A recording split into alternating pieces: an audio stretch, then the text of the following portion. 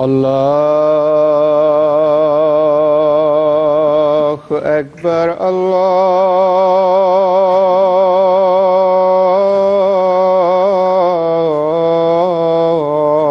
الله أكبر الله أكبر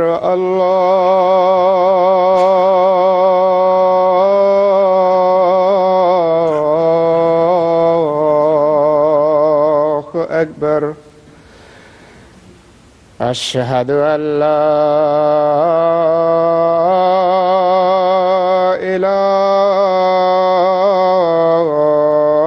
إله إلا الله أشهد أن لا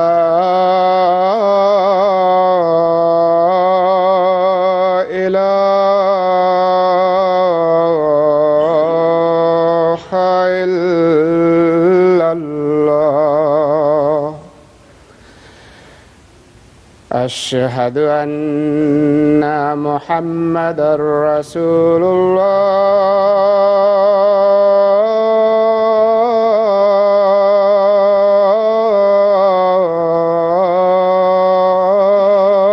الله أشهد أن محمدًا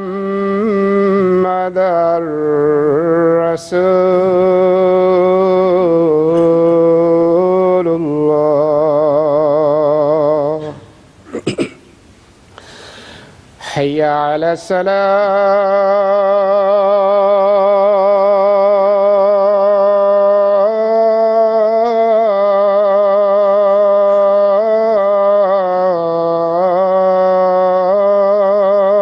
الصلاة حي على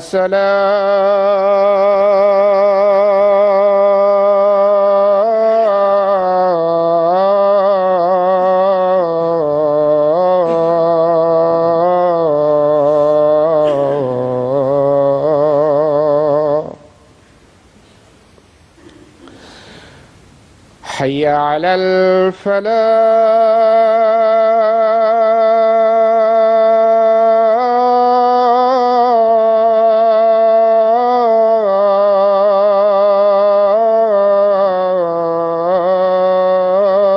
الفلاح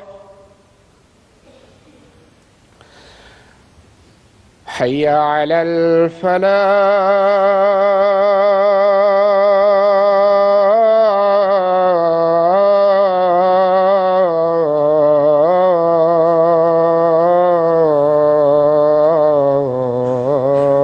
الفلاح الله أكبر